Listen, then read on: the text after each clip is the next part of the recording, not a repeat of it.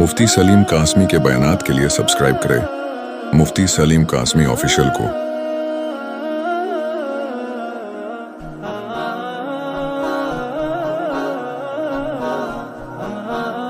آج ہمارے مسلم معاشرے کے اندر بے شمار برائیاں عروج پر ہیں، جن میں سے ایک بہت بڑی برائی جس کو ہم اور آپ برائی بھی نہیں سمجھتے، یہ عروج پر ہے، وہ کیا ہے؟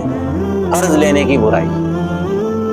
یہ ایک ایسی برائی ہے جس سے اللہ کے نبی صلی اللہ علیہ وسلم نے ہر فرض نماز کے بعد دعاؤں میں اس سے پناہ مانگی ہے کہ اے اللہ میری اور میری امت کی قرض کے عذاب سے حفاظت فرما۔ اور یہ کیسا عذاب ہے، یہ کیسی بلا ہے کہ اس کے ساتھ اللہ تبارک و اللہ کے نبی صلی اللہ علیہ وسلم نے دجال سے بھی پناہ مانگی ہے، عورت کے فتنے سے پناہ مانگی ہے، حشر کے ماحول سے پناہ مانگی ہے، اسی طرح عذاب جہنم سے پناہ مانگی ہے۔ تو ان چیزوں کے ساتھ میں اس کا ذکر کرنا یہ اس بات کو بتلاتا ہے کہ قرض بہت سنگین عمل ہے۔ اللہ کے نبی صلی اللہ علیہ وسلم سے پوچھا گیا کہ اللہ کے رسول، ایک آدمی اللہ کے راستے میں شہید کر دیا جائے تو کیا وہ سیدھا جنت میں جائے گا؟ تو اللہ کے نبی صلی اللہ علیہ وسلم نے ارشاد فرمایا کہ ہاں، وہ سیدھا جنت میں جائے گا۔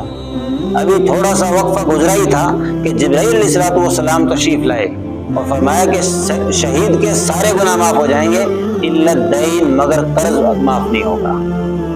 تو قرض ایک ایسا گناہ ہے کہ جو آدمی کو شہید ہونے کے باوجود جنت میں جانے سے روک دیتا ہے۔ آج ہم قرض کو معمولی سمجھتے ہیں۔ قرض کی اگرچہ شریعت کے اندر اجازت دی ہے کہ آپ قرض لے سکتے ہیں، مگر کب؟ جب مجبوری ہو، بہت زیادہ مجبوری کے وقت میں قرض لینے کی اجازت ہے۔ اس کا بھی ایک طریقہ ہے جس کو اللہ نے قرآن میں فرمایا یا ایھا الذین آمنوا اذا تداینتم بدین الی اجل مسمى فاکتبوا، کہ جب تم قرض لیا کرو، دیا کرو تو اس کو لکھ لیا کرو۔ یعنی اصول و ضابطے کے ساتھ میں قرض لینا اور دینا ہے، یہ نہیں کہ راہ چلتے ہوئے کسی سے بھی قرض لے لیں اور پھر دینے کا نام نہیں۔ تو یہ قرض اور زیادہ سنگین بن جاتا ہے لینے والے کے لیے۔ حدیث کے اندر آتا ہے، اللہ کے نبی صلی اللہ علیہ وسلم نے ارشاد فرمایا کہ قرض یہ رات کو غم کا سبب بنتا ہے، رنج کا سبب بنتا ہے، اور دن کے اندر ذلت و رسوائی کا سبب بنتا ہے۔ قرض لینے والا جب اپنے گھر سے نکلتا ہے تو اپنی غیرت کا، اپنی عزت کا، آبرو کا جنازہ کندھے پر رکھ کر نکلتا ہے۔ اسی طرح فرمایا کہ قرض لینے سے مفلسی دور نہیں ہوگی، قرض لینے سے مفلسی دور نہیں ہوگی، بلکہ مفلسی تو عقل حلال کمانے سے دور ہوگی۔ آپ کروڑوں کا قرض لے لیں، آپ کبھی بھی مالدار نہیں ہو سکتے جب تک کہ آپ کے اندر کمانے کا جذبہ پیدا نہ ہو، ہمت نہ ہو۔ اسی طرح فرمایا کہ قرض کون لیتا ہے؟ قرض وہ لیتا ہے جو کاہل ہو، سست ہو، جس کے اندر کمانے کی طاقت اور قوت نہ ہو، وہ قرض لیتا ہے۔ تو دنیاوی اعتبار سے بھی اور اخروی اعتبار سے بھی، دونوں اعتبار سے قرض یہ انتہائی سخت معاملہ ہے ہمارے لیے۔ اس لیے اللہ کے نبی صلی اللہ علیہ وسلم کے سامنے جب کوئی جنازہ آتا تو اللہ کے نبی صلی اللہ علیہ وسلم اس کے جنازے کی نماز نہیں پڑھتے تھے اگر اس کے ذمہ قرض ہوتا تھا۔ پھر صحابہ میں سے کوئی اس کی ذمہ داری لیتا کہ اللہ کے رسول میں اس کی ذمہ داری لیتا ہوں، میں اس کا قرض ادا کروں گا، تب جا کر اللہ کے نبی صلی اللہ علیہ وسلم اس کی نماز جنازہ پڑھایا کرتے تھے۔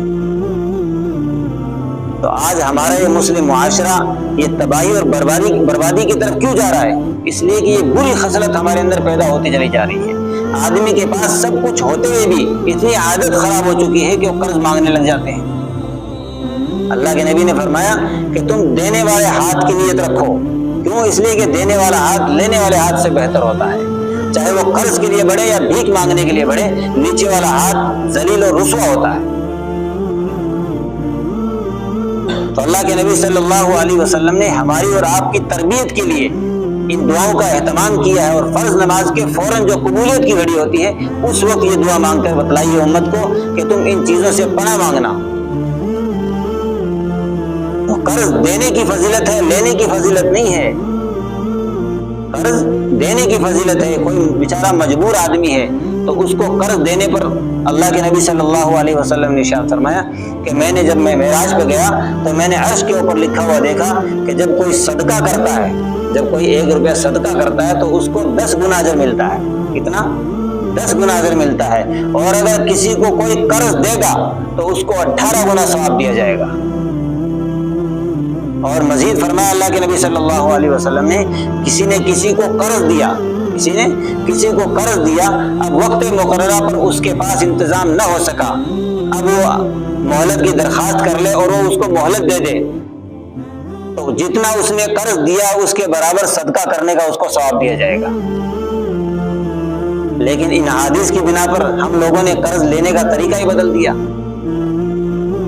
قرض دینے والا بیچارہ اس بات پر ماتم کرتا ہے کہ میں نے قرض دیا کیوں